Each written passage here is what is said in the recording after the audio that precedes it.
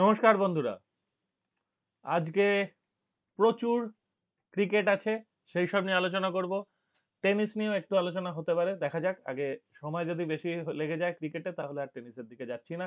আগে ক্রিকেটটা শুরু করা যাক।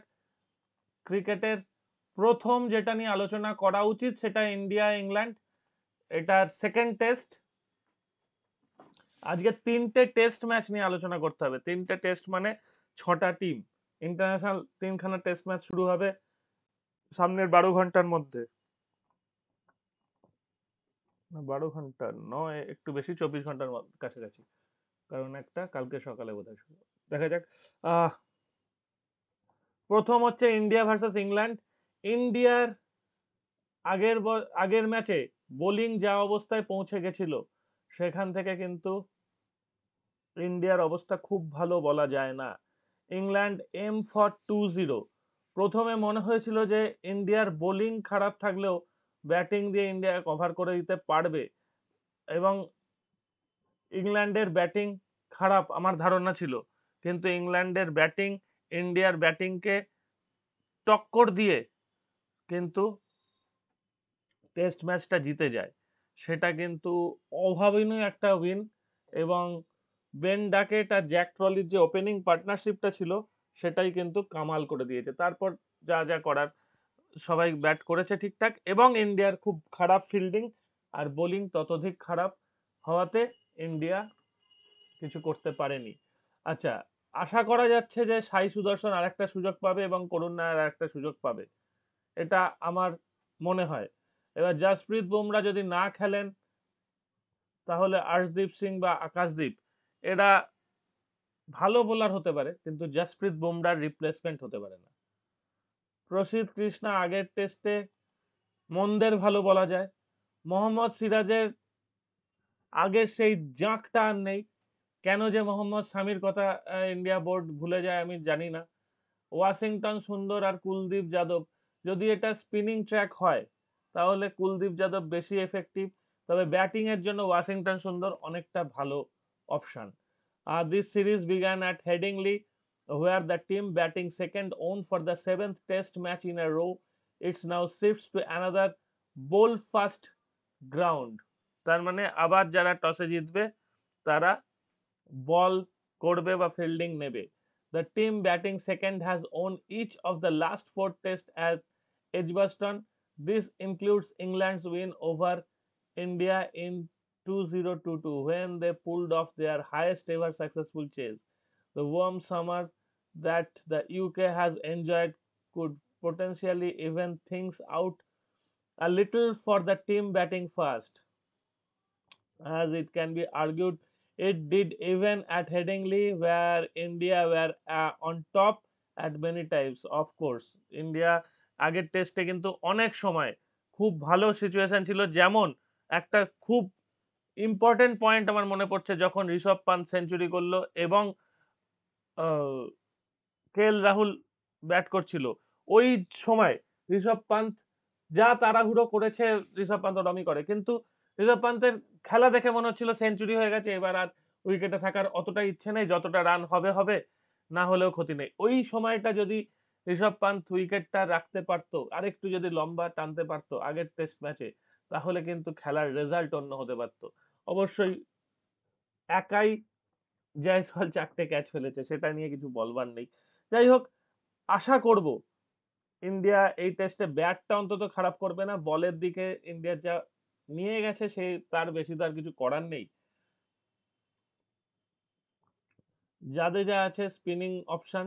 এইবার কুলদীপ যাদব না ওয়াশিংটন সুন্দর না অন্য কেউ, তবে আমার মনে হয় ওয়াশিংটন সুন্দর বা কুলদীপ যাদবের চেয়ে নীতিশ কুমার রেড্ডিকে একটা সুযোগ দেওয়া উচিত। আমার ধারণা এটা, যে নীতিশ কুমার রেড্ডির ব্যাটিং হাতটা তো খুবই ভালো, আর বলটাও খারাপ করে না। হয়তো সুইমিং বল, পেস বলা যায় না, মিডিয়াম পেস। তো সেই হিসাবে নীতিশ কুমার রেড্ডির অপশনটা খারাপ হবে না বলে আমার মনে হয়। এবার দেখা যাক টিম ম্যানেজমেন্ট কি ভাবে, কিভাবে এগোয় ওরা। এবং ইংল্যান্ডের টিম আশা করি একই থাকবে, সুতরাং অসুবিধা কিছু হওয়ার নেই। বেন স্টোকস এখনো সেই ছন্দে নেই। বেন স্টোকস ছন্দে ফিরলে যে কি হবে সেটাই ব্যাপার। ইংল্যান্ডের জেতার চান্স বেশি, তবে ইন্ডিয়া লড়াই করুক এটাই আমি চাইবো, তারপর দেখা যাক। সেকেন্ড যে টেস্টটা নিয়ে আলোচনা করতে হবে, যদিও খেলাটা শুরু হবে অনেকটা আগে। ও সরি, এটা টেস্ট নয়, আহ আমি টেস্ট ভাবছিলাম, sorry. Sri Lanka versus Bangladesh, ODI. বাহ, এটা একটা ভালো। Settle Sri Lanka meet a Bangladesh in transition for ODI series opener. মির্জাকে দেখছি, মির্জা কি ক্যাপ্টেন? হ্যাঁ, মেহেদি হাসান মিরাজ, মির্জা না মিরাজ ক্যাপ্টেন। আচ্ছা, তানজিদ হাসান লিটন, নাইম নাজমুল হোসেন শান্ত, তৌহিদ হৃদয়, Mehedi Hasan, Zakir Ali, Rishad Hossain, Taskin Ahmed, Mustafizur Rahman, Nahid Rana. The weather looks to be mostly clear, so ideally there shouldn't be any rain interruptions. The pitch itself will likely be your standard Khetarama surface with any score in region of 300, a challenging target, while spin is expected to play prominent role। তার মানে 300 হওয়াটা খুব চাপের ব্যাপার। যদি Sri Lanka bat করে তাহলে 250 cross করতে পারে, বাংলাদেশ ব্যাট করলে 250 আশেপাশে হতে পারে, বা 250 নাও পৌঁছাতে পারে। এটা আমার প্রেডিকশন। শ্রীলঙ্কা জেতার প্রেডিকশন খেলার আগে 70%, খেলার পরে দেখা যাবে খেলা চলতে চলতে। আর শ্রীলঙ্কার স্পিনিং হচ্ছে হাসারাঙ্গা রয়েছে, ওয়ালালাগে রয়েছে, থিকসানা রয়েছে। সুতরাং এছাড়াও ভালোই স্পিনার, শ্রীলঙ্কার স্পিনার প্রচুর। এরা অনেকেই বল করতে পারে, আশারাঙ্কাও হাত ঘোরাতে পারে, লিয়ানেগে, আশিতা ফার্নান্ডো এখন যথেষ্ট ভালো বল করছে, আর এশান মালিঙ্গা ঠিকঠাক। সুতরাং শ্রীলঙ্কার জেতার চান্স অনেকটা বেশি। ঠিক আছে, এইবার নেক্সট যে ম্যাচটা বলবো সেটা হচ্ছে এই যে সেকেন্ড টেস্ট। ও কাল সন্ধেবেলা, তাহলে এখন বলার দরকার নেই, আমি সকালে ভেবেছিলাম 7:30। তাহলে এই ম্যাচটা নিয়ে আলোচনা করা যেতে পারে। এই ম্যাচটা কিন্তু একটা ইম্পর্টেন্ট ম্যাচ, থার্ড ওডিআই। আমি এই ম্যাচটা দেখার চেষ্টা করব, টেস্টের শুরুর দিকটা না দেখলেও চলবে, যদি ইন্ডিয়া ব্যাট করে তখন দেখার ইচ্ছা থাকবে। কিন্তু এই ম্যাচটাই ইন্ডিয়া চাইবো আজকে জেতার চেষ্টা করবে। আগের দিন ইন্ডিয়া যথেষ্ট ভালো খেলেও কিন্তু হেরে যায়।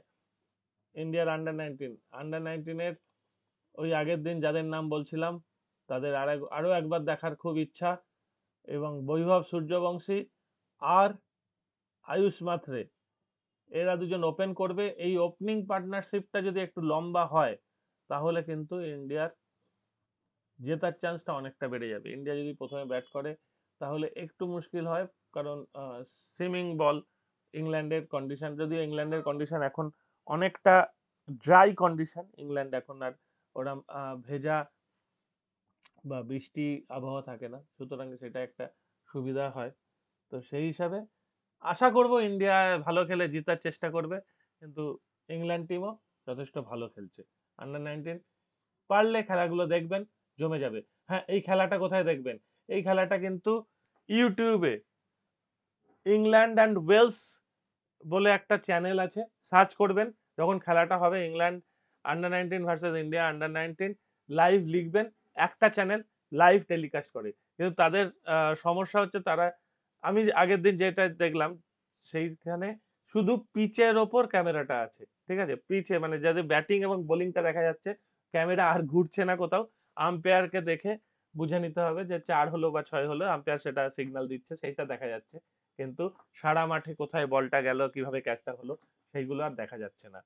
ঠিক আছে, তো তাতেও অসুবিধা নেই, আপনারা খেলাটা লাইভ দেখতে পাবেন, স্কোর তো দেখতেই পাবেন।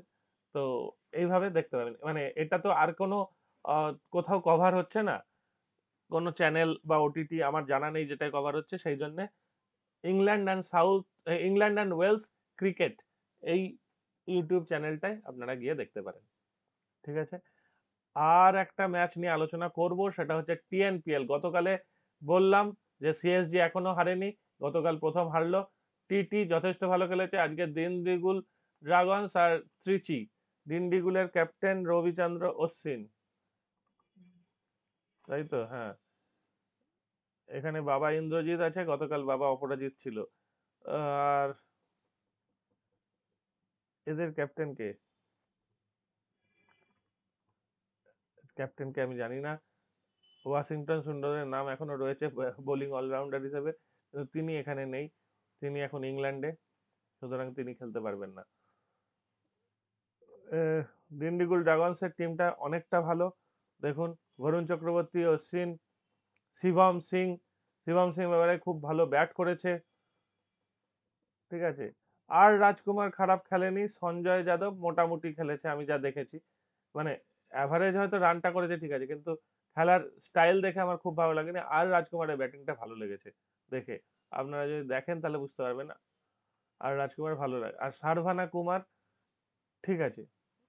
দেখুন ত্রিচি টপ ফোর খেলছে, তো ত্রিচির যদি জেতে তাহলে সিএসজির সঙ্গে খেলা হবে কোয়ালিফায়ার টুতে, এবং সেটা 1 ভার্সেস 4 হবে, যেটা কিনা আগে যখন আহ, ওই সেমিফাইনাল হতো ফুটবল ওয়ার্ল্ড কাপ বা ক্রিকেট ওয়ার্ল্ড কাপের সেমিফাইনাল, তখন কিন্তু যে ফার্স্ট হতো, এখন ফার্স্টের এই সব টুর্নামেন্টে যে ফার্স্ট হয় তার একটা সুযোগ হলো ফার্স্ট, এবং সেখানে দুজনকার সুযোগ হলো যে আর একটা ম্যাচ খেলার সুযোগ পাবে যাতে ফাইনালে ওঠা যায়। কিন্তু আগেকার দিনে যেটা হতো 1 ভার্সেস 4, মানে ফার্স্ট হওয়ার সুবাদে সে সবচেয়ে দুর্বল টিমকে পাবে, 4 জনের মধ্যে দুর্বল, সবচেয়ে দুর্বল টিম তো তাহলে লাস্ট টিম বলা উচিত, 4 জনের মধ্যে দুর্বল টিমকে পাবে সে সেমিফাইনালে মুখোমুখি হতে, এবং তার জন্যই সে ফাইনালে যাওয়ার একটা দাবিদার হবে, এটাই ধরে নেওয়া হয়। কিন্তু আজকে আমার ধারণা ত্রিচি জিততে পারে। তবু দিন্ডিগুল ড্রাগনস কিন্তু খুব ভালো টিম, তো সেটা অবস্থা বুঝে খেলবেন, দেখা যাক কি হয়। এবং দুর্দান্ত আজকের দিনটা কাটবে আশা করছি, ক্রিকেটে প্রচুর ক্রিকেট ম্যাচ। আর আগামীকাল অস্ট্রেলিয়া ভার্সেস ওয়েস্ট ইন্ডিজের টেস্ট ম্যাচ শুরু হচ্ছে, তো সেটা নিয়েও আলোচনা করব। আজকে অনেকটা সময় হয়ে গেল, আর টেনিস নিয়ে আলোচনা করছি না। গতকাল টেনিসে একটা জ্যাকপট তো দেখেইছি আমরা, যে জেভেরেভ কিভাবে হেরে গেছে, সুতরাং ওইখানে যারা সময় নিয়ে টাকা লাগিয়েছেন তারা নিশ্চয়ই ভালো প্রফিট করেছেন। রাখলাম আজকে এখানেই, টাটা।